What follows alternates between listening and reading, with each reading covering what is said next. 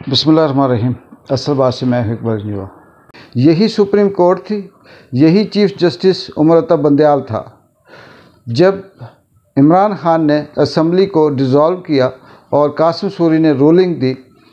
देने के बाद असम्बली डिज़ोल्व हो गई और वहाँ दुनिया का कोई भी ऐसा कोई अदालत होती या कोई इदारा होता तो उसने यही फ़ैसला देना था कौम और मुल्क की बेहतरी के लिए कि यहाँ पे अब इलेक्शन करवाए जाएं। लेकिन यही चीफ जस्टिस, यही सुप्रीम कोर्ट रात के 12 बजे ओपन हुई और इन्होंने उस रूलिंग को आइन के ख़िलाफ़ करार दे दिया, कानून के ख़िलाफ़ करार दे दिया और वापस असम्बली को उस जगह पे रखा जहाँ से वो शुरू हुई थी कि फिर से इमरान खान वज़ीर-ए-आज़म होगा, फिर से बैठेगा, अदम एतमाद की तहरीक चलेगी और उस तहरीक से ये इमरान खान की हुकूमत ख़त्म होगी। फिर से ये जत्था जो है ये बैठेगा और ये सारा कुछ करेगा। इसके पीछे एक तो ठीक है कि वो टोला था, वो ताकतें थी, वो इस्टेब्लिशमेंट थी, वो ख्वाहिशें थी जो इस वक्त कामयाब होती जा रही हैं और जिनकी ख्वाहिश है कि वो ज़्यादा से ज़्यादा लूटें, ज़्यादा से ज़्यादा इस मुल्क के अंदर अपनी हुक्मरानी करें, बादशाहत करें। एक ये थी जिसमें अमेरिका की वो सारी चीज़ें शामिल थी, सारी एक दुनियावी ताकतें थी, दुनियावी खुदा थे, ये भी थे। लेकिन दूसरी तरफ एक वो ताकत जो नज़र नहीं आती, जिसे हम कुदरत कहते हैं, वो भी बैठी हुई है कि मुसलमान होने के नाते उसका भी इस दुनिया के फ़ैसलों में कहीं ना कहीं से वो रोल ज़रूर है जो इंसान को नज़र नहीं आता, लेकिन वो फ़ैसला उसका भी होता है और वो फ़ैसले बहुत मजबूत होते हैं। इसी उमर बंदयाल ने, सुप्रीम कोर्ट ने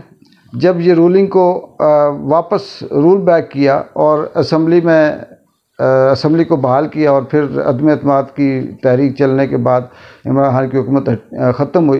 तो ये नवाज़ शरीफ, शहबाज शरीफ, मरियम जो इस वक्त चीख कर पता नहीं अब क्या कहें वो हो गई, पीडीएम का जितना टोला हो गया, क्या मौलाना तो क्या हाजी साहब तो क्या नमाजी साहब तो क्या हाफिज़ साहब तो क्या दूसरे तीसरे, सब ने ये तालियां बजाईं कि ये आइन की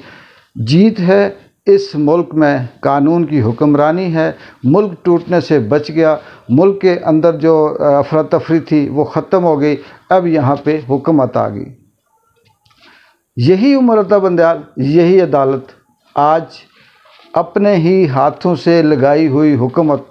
अपने ही फैसलों के ज़रिए से आने वाले लोगों ने इस सुप्रीम कोर्ट को FIA की तरह लूला लंगड़ा और अपाज करके रख दिया। अब इसमें कोई शक नहीं है कि ये इलेक्शन 30 अप्रैल को भी नहीं होंगे, ये इलेक्शन 8 अक्टूबर को भी नहीं होंगे, ये इलेक्शन अब अपनी मर्ज़ी से होंगे जब तक ये मुसल्लतशुदा टोला, इनके हैंडलर, इनके पीछे जितने लोग हैं, इस मुल्क को नोच कर लूट कर जब तक ये इनके पेट नहीं भरेंगे, यहाँ से भागकर बाहर पनाह नहीं लेंगे, तब तक ये मुसल्लत रहेंगे। अब कोई कानून इनको रोक नहीं सकता, अब कोई आइन इनको रोक नहीं सकता, अब कोई पार्टी इनको रोक नहीं सकती, क्योंकि जो ताकतवर लोग हैं, जो फ़ैसला साज इदारे हैं, कुछ तो इन्होंने अपाच कर दिए और कुछ जो बचे वो अपने हाथ में ले लिए और इस वक्त की जो हुक्मरानी है, जो कानून है, वो सारे का सारा पीडीएम और इस मरियम के और शहबाज के हाथ में है। अब दूसरी तरफ ये हो रहा है कि सुप्रीम कोर्ट फुल बेंच बैठाए और उसमें ये फ़ैसला करें कि इलेक्शन 90 दिन के अंदर होने चाहिए या नहीं होने चाहिए। फुल कोर्ट बेंच जो है उसमें 15 अगर जजेस हैं तो ये कभी मुमकिन ही नहीं कि जब तक इस वक्त करप्ट टोले की हमायत वाले ज़्यादा नहीं होंगे उस वक्त तक फुल कोर्ट बनेगी नहीं। जजेस इनकार कर देंगे, एक तरफ 8 होंगे, एक तरफ 7 होंगे। जब तक 8 जजेस इस वक्त का जो करप्ट मुसल्लतशुदा टोला है इसके नहीं हुए, उस वक्त तक फुल कोर्ट के लिए कोई नहीं बैठेगा और इनकार कर देंगे। और ये 7 जो दूसरे अपोजिशन वाले, ये वो जजेस जो इस वक्त मुल्क में आइन और कानून की हुक्मरानी चाहते हैं, वो कभी पूरे ही नहीं हो सकेंगे।